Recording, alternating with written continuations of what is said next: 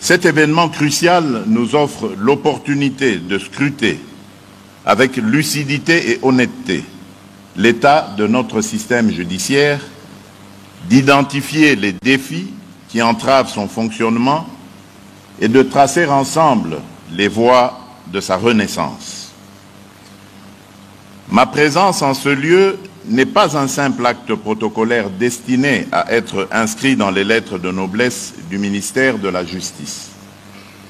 Elle est plutôt le symbole de mon engagement ferme de restaurer la justice de notre pays.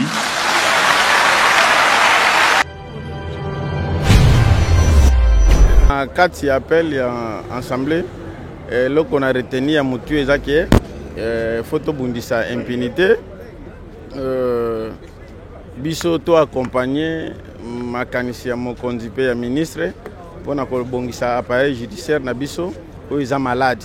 Alors eza affaire ya mutu moko te, affaire ya biso nyonso na biso bafumu. Bon message on a réussi bafumu o ba se présenter te biso lokwa tozali bafumu nyonso bazali. Tokoza message oyo tokomemela bango tokosala ba travail na ba réunion tokoparler pour na koyebisa bango bosenga oyo mboki tosenga po ete justice na biso ezala malamu.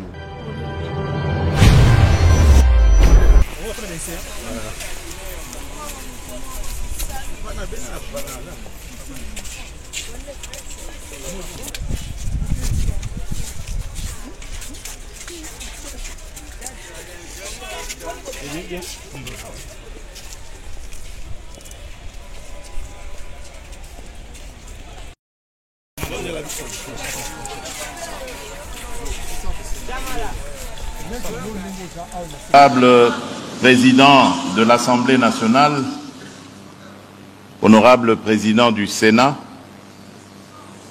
Madame la Première ministre, chef du gouvernement,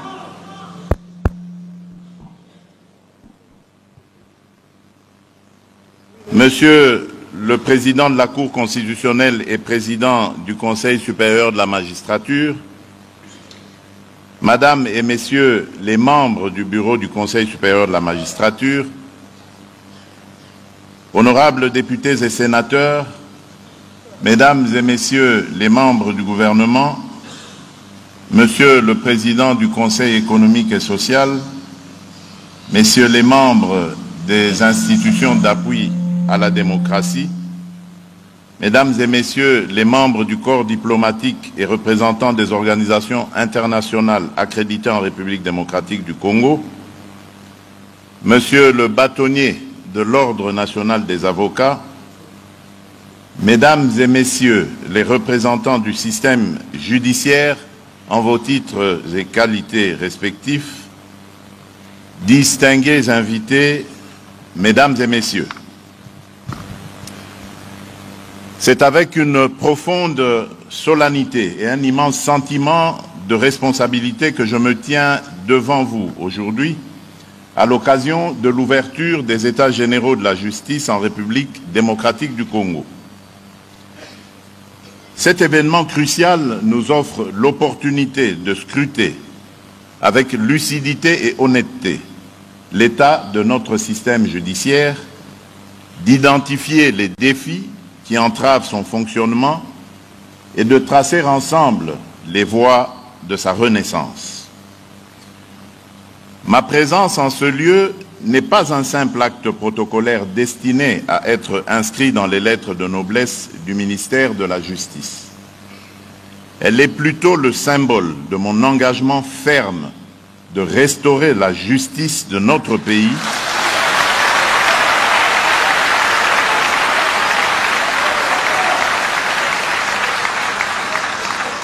Elle est plutôt le symbole, disais-je, de mon engagement ferme de restaurer la justice de notre pays afin d'être en adéquation avec les saintes écritures qui consacrent la justice comme un vecteur d'élévation d'une nation, ainsi qu'il est écrit dans Proverbe 14, verset 34, « La justice fait la grandeur d'une nation ».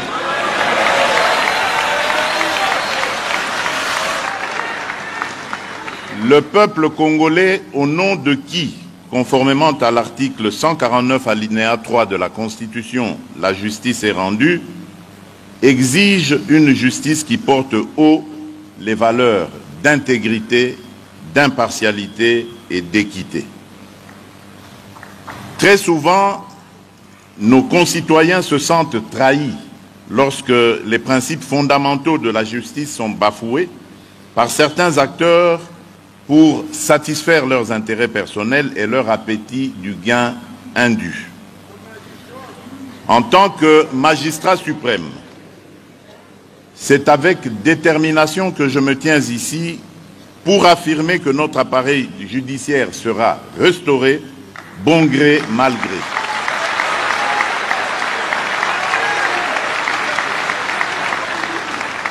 Un minimum de volonté de nous tous suffit pour que nous ayons un appareil judiciaire fort, exempt du dysfonctionnement et de divers maux qui le rongent, pour ainsi redevenir un sanctuaire où nul n'est au-dessus de la loi et où chaque citoyen, riche ou modeste, trouvera la part qui lui est due dans la distribution de la justice.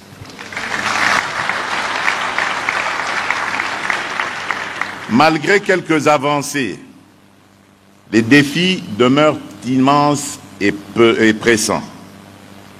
Les moyens judiciaires sont encore limités, certes, les infrastructures inadaptées et la couverture judiciaire incomplète. À cet égard, j'ai instruit le gouvernement d'accélérer la construction de nouvelles infrastructures judiciaires et surtout la construction d'établissements pénitentiaires pour résoudre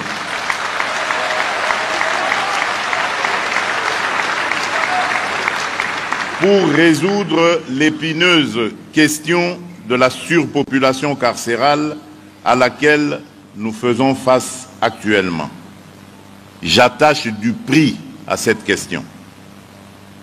Mais au-delà des moyens matériels, il est des antivaleurs plusieurs fois décriées et qu'il faut à tout prix éradiquer. Il s'agit principalement de la corruption et de l'impunité. Ces antivaleurs qui minent la mission et trahissent le devoir de la justice appellent obligatoirement une thérapie de choc, comme l'a dit le ministre d'État.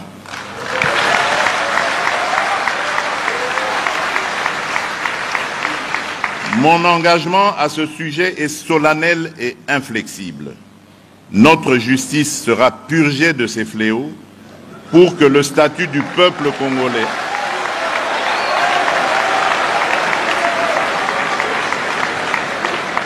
Notre justice sera purgée de ces fléaux pour que le statut du peuple congolais ne soit plus compromis par les intérêts égoïstes et corrompus.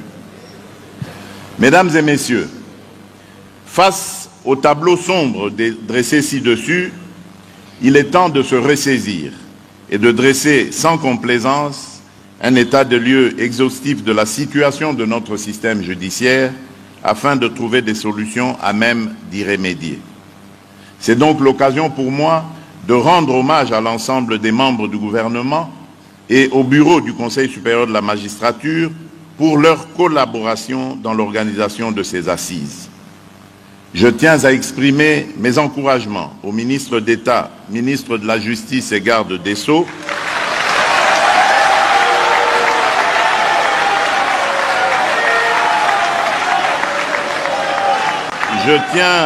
Je tiens à exprimer mes encouragements au ministre d'État, ministre de la Justice et garde des Sceaux, pour cette initiative d'organiser pour une énième fois les États généraux de la justice après ceux organisés en 2015. Je formule le vœu que ces assises ne soient pas un rassemblement en plus, mais plutôt avec un plus, et qui se démarque par la qualité et le pragmatisme des recommandations qui en découleront. À ce propos, le but n'est pas de remettre en cause les conclusions et recommandations de celles de 2015, mais de procéder entre autres à l'évaluation du niveau de leur mise en œuvre, tout en proposant des actions concrètes à compter ensemble avec celles qui seront issues de cette deuxième édition. Aussi, ce moment me paraît indiqué, comme je l'avais déjà préconisé lors de la deuxième réunion ordinaire et de la première réunion extraordinaire du Conseil des ministres, tenue respectivement le 21 juin et le 9 septembre 2024, de peaufiner davantage la réflexion sur la mise en place d'un parquet financier ayant pour mission de poursuivre de manière spécifique les infractions de détournement des deniers publics et aussi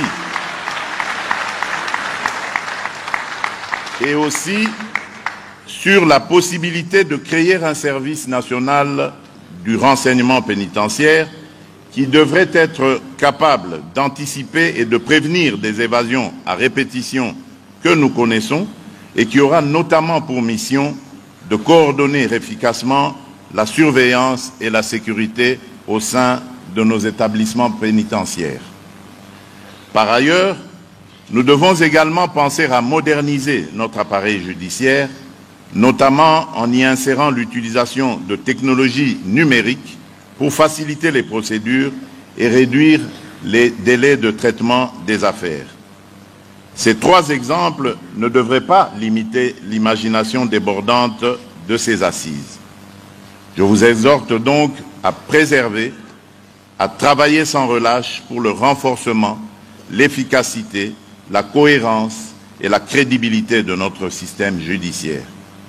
Dans cette perspective, il vous appartiendra de soumettre aux États généraux de la justice tous les remèdes possibles, en ce compris des réformes législatives et courageuses et ambitieuses. Aux honorables députés et sénateurs, je vous invite à soutenir les réformes législatives qui seront initiées dans le sens à obtenir la restauration de notre système judiciaire afin de promouvoir un état de droit. Au gouvernement, je rappelle l'impératif de mobiliser les ressources nécessaires pour garantir la réussite de la mise en œuvre des réformes. Aux magistrats et aux autres acteurs judiciaires, je rappelle solennellement que le peuple congolais attend de vous une justice qui apaise et qui rassure, une justice qui inspire confiance par votre compétence, par le bannissement des actes de prévarication et par le respect intransigeant des valeurs éthiques que vous devez incarner sans faille. Le Congo ne va plus tolérer ni l'incurie, encore moins la complaisance. Chaque décision, chaque acte, chaque parole doit être le reflet de l'intégrité et de l'honneur que vous êtes appelés à incarner. Personnellement,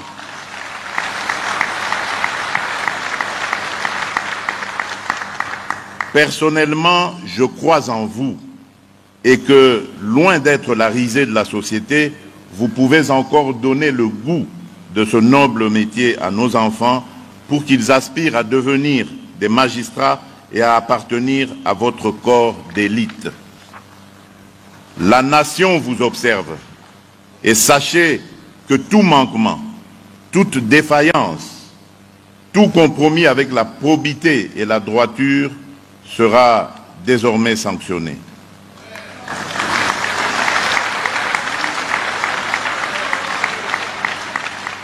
Le temps des avertissements est révolu.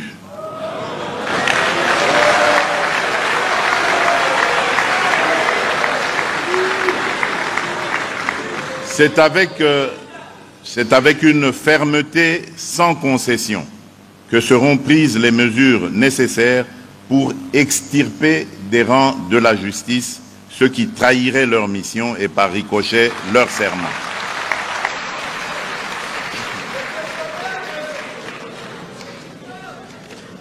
Excellence, Monsieur le Président de la République, ce n'était qu'à titre indicatif. Nous avons mené des réformes aussi bien au niveau des services des cultes et associations, comme vous avez suivi.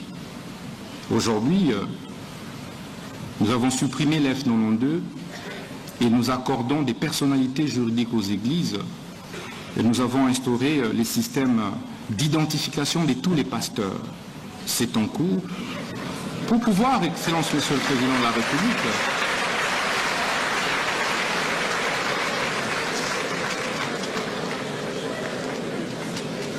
Excellence, pour mettre fin à cette floraison, parfois aussi des faux pasteurs qui pilulent et qui malheureusement contribuent dangereusement à l'immoralisation de la société.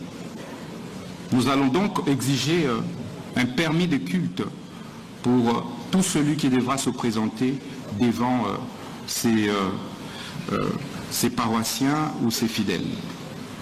Excellence, Monsieur le Président de la République, vous permettrez de ne pas abuser de votre temps pour chuter. Les États généraux que nous sommes en train d'organiser, ce n'est pas un lieu de confrontation, d'affrontement entre le ministre et les magistrats et les huissiers et les avocats, les citoyens et les magistrats.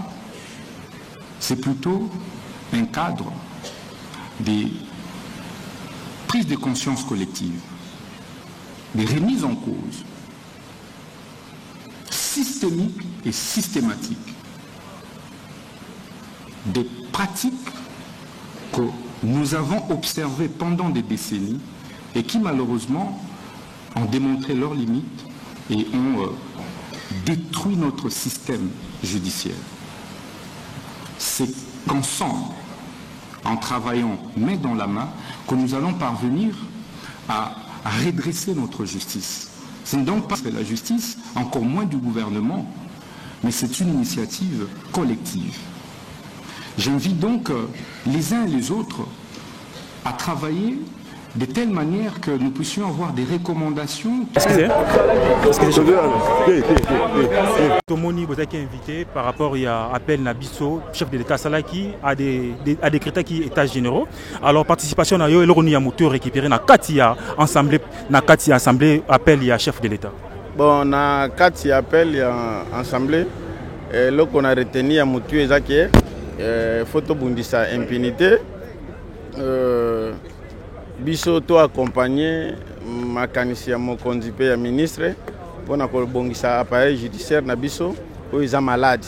Alors isa affaire ya mutu moko te, affaire ya biso nyonso na biso bafumu et surtout mubulu peza pa na biso makasi to accompagner action oyo et les kamalamu pe simba na ba décision mboka. Alors chef Willy Ozali Mokonzi en ATC Ozali président provincial vice-président de Kinshasa en ATC ba ndeko ba chef coutumier ba Jules Libaku ya ko assister na appel ya chef de l'État te yo Jules Libaku ya ko assister na chef de l'État message ni ko pesa bango à travers Elilingi oyo baza ko jouer comme filmage. Bon message on aurait ba fumu o ba se présenter te biso le quoi dozali ba fumu so bazali to ko message yo to ko memela bango et to ko sala ba travail na ba réunion to ko parler pour na ko bisa bango bosenga oyo mboki dosenga po ete justice na biso ezala malamu. Merci beaucoup, que Dieu vous bénisse. OK, merci les journalistes.